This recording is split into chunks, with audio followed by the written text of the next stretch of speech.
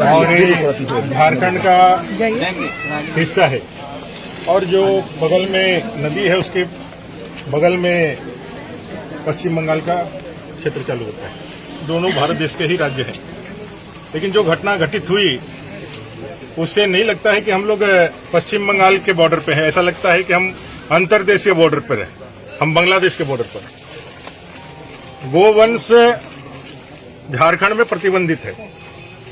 गोवंश का मांस प्रतिबंधित सूची में रखा गया है। झारखंड की सरकार, जेएमएम, कांग्रेस और आरजेडी पहले इस बात को डिक्लेयर करे कि वो गोवंश को प्रतिबंधित मानती है कि नहीं मानती है, यहाँ उसको प्रतिबंधित है कि नहीं।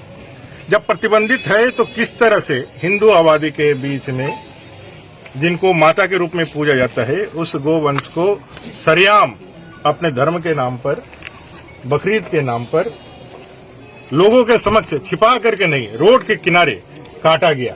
हिंदू जमीन और हिंदू के जमीन, इन लोगों को ललकारने वाला, लोगों को उस मानसिकता जिसको हम लोग तालिबानी मानसिकता करते हैं उसका प्रदर्शन करने वाला है। अब हिंदू आबादी, यहाँ के रहने वाले लोग जब उनका विरोध करते हैं तो बगल में इस नाले के या नदी के उस पार में रहने वाले हजारों लोग हमला कर देते हैं और कई एक घरों में आग जला करके, पुलिस की गाड़ियां जला करके, पत्थर मार करके, घरों में घुस करके, लूट करके जो स्थितियां देख रहे हैं। लोग यहाँ से भागना चाह रहे हैं, भाई किसी तरह जान बचा लीजिए, यहाँ नहीं रह सकते हैं। डेली खटने खाने वाले लोग, अपने दैनिक जीवन में राशन खरीदने के लिए भी उनको दिक्कतें हो रही है।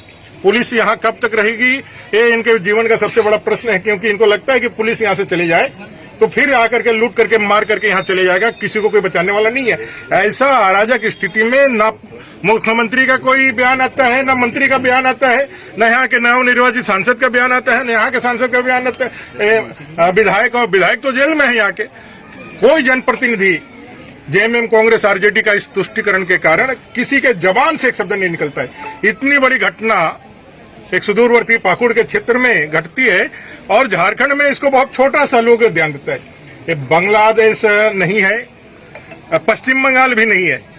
पश्चिम बंगाल की राजनीति को जिस तरह से वहां तुष्टीकरण के भेंट चढ़ा करके वहां के नागरिकों के अधिकारों को, संविधानिक प्रदत्त अधिकारों को जिस तरह से वहां लूटा गया है तृणमूल के द्वारा, झारखंड मुक्ति मोर्चा, कांग्रेस, आरजेडी इस झारखंड में भी वही करना चाहती है। लेकिन उनको याद होना चाहिए भारतीय जनता पार्टी यहाँ कमजोर नहीं है। हम सब लोग यहाँ इस पाकुड़ को, इस झारखंड को पश्चिम बंगाल या बांग्लादेश नहीं होने देंगे। ये हमारा प्रण है और इसीलिए आज हम लोग सब आए हैं। भारतीय जनता पार्टी के प्रतिनिधि मंडल आए हैं यहाँ। अनंत ओझा जी, माननीय विधायक राजमहल, अपने सारण के माननीय विधायक रणधीर सिंह जी और माननीय विधायक गोड्डा के अमित मंडल जी, संथाल परगना के सारे विधायक यहाँ आए हैं और हम लोग यहाँ से लेकर के जाएंगे। मुख्यमंत्री सहित प्रशासन ने त्वरित कार्रवाई की। खुद डीसी, एसपी से बात हुई, वो यहाँ आए थे और उन लोगों ने अभय दिया लोगों को, लोगों का जान बचाया। लेकिन जो मनोबल अभी भी उधर से बढ़ा हुआ है लोग, और जिस तरह से वो लगातार ललकार रहे हैं, जिस तरह के मैसेज कर रहे हैं, गांव-गांव में जिस तरह से उनकी बैठकें हो रही है, जिस तरह से दबाव बनाने का प्रयास किया जा रहा है, जिस तरह से ये हमेशा धमकी भरा जो है वो मैसेज भेजा जा रहा है कि पुलिस कितना दिन आपको बचाएगी, और जिस तरह से यहाँ लोगों में भय पैदा हुआ है, उस भय को दूर करना प्रशासन का जिम्मेवारी है।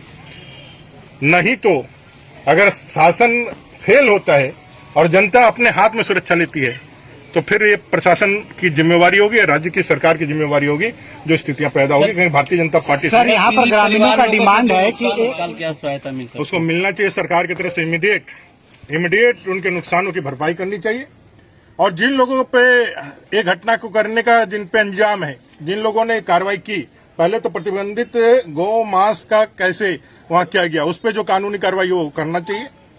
जो घर पे बमबाजी हुई, जो उस पर जो है उसको पकड़ना चाहिए। और जो नुकसान हुआ है इमीडिएट सरकार को, अभी तक चावल भी अभी तक नहीं दे पाए, जो साधारण सा विषय, कम से कम चावल देकर के लोगों को, जो दुकानें हैं दुकानों में भी जाने के नहीं दिया जा रहा, क्योंकि अंतर्राज्यीय सीमा है तो लोग यहाँ से जाकर के उस बाजार का भी इस्तेमाल करते हैं। बगल का कोई बाजार है, वहां से जाकर के अपने दैनिक जीवन के सामानों का खरीदारी करते हैं। अब वो भी नहीं जा पा रहे हैं, लोग काम पर नहीं जा पा रहे हैं। एक तरह से वातावरण है, जो हम लोग डेमोग्राफिक चेंज की बातें करते हैं, जो हम लोग कहते हैं कि डेमोग्राफी चेंज होने से लोगों के जीवन में एक ऐसा बदलाव आ रहा है कि उनको लग ही नहीं रहा है कि हम स्वतंत्र भारत के नागरिक हैं।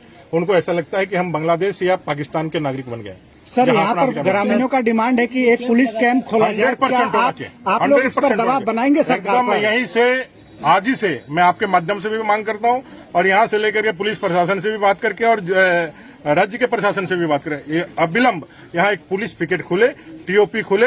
जब तक इन लोगों को अभय नहीं मिले, जब तक इनके जीवन की सुरक्षा की गारंटी नहीं हो जाए, तब तक यहाँ से पुलिस पिकेट नहीं हटे। ये मांग हमारी। सर ये अंतर्राज्यीय मामला बनता जा रहा है, लेकिन एक बड़ा सवाल ग्रामीणों के सामने जो आप नाला देख रहे हैं उसको भी अतिक्रमण कर दिया जा रहा है, जबकि नाला बॉर्डर है और नाला रहने की वजह से इधर सुरक्षा के दृष्टिकोण से लोग अपने आप को सेफ मानते हैं। उस नाला के प्रति क्या आपके? देखिए, जो अतिक्रमण पश्चिम बंगाल की तरफ से हो रहा है वो तो साफ दिखता है। ये पूरे संथाल प्रणाली में जो डेमोग्राफी की चेंजिंग है वो तो लैंड जिहाद और लव जिहाद, ये दोनों ही के कारण ये चेंज हो रहा है। सरकारी जमीनों का और जिस तरह से आदिवासी जमीनों का जिस तरह से लव जिहाद लैंड जिहाद के माध्यम से पूरा डेमोग्राफी चेंज करने का एक षड्यंत्रपूर्ण कार्रवाई चल रहा है, उसका ही एक बानगी है यहाँ पर। और ये उदाहरण है। अभी तो एक घटना उन्होंने एक लिटमस टेस्ट की तरह किया है कि भाई गोपीनाथपुर में करते हैं, यदि गोपीनाथपुर शांत हो जाएगा तो अगल बगल के और जगहों पर करेंगे। ये तो उनका एक प्रयोग किया हुआ और एक हमेशा से एक जो कहते हैं कि जांचा परखा एक उनका तरीका है, उसका वो इस्तेमाल कर।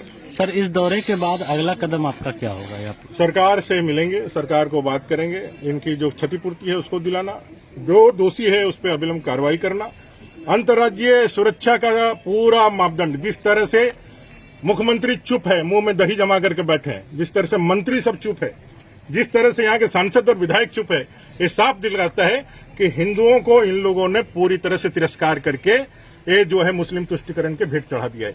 हम लोग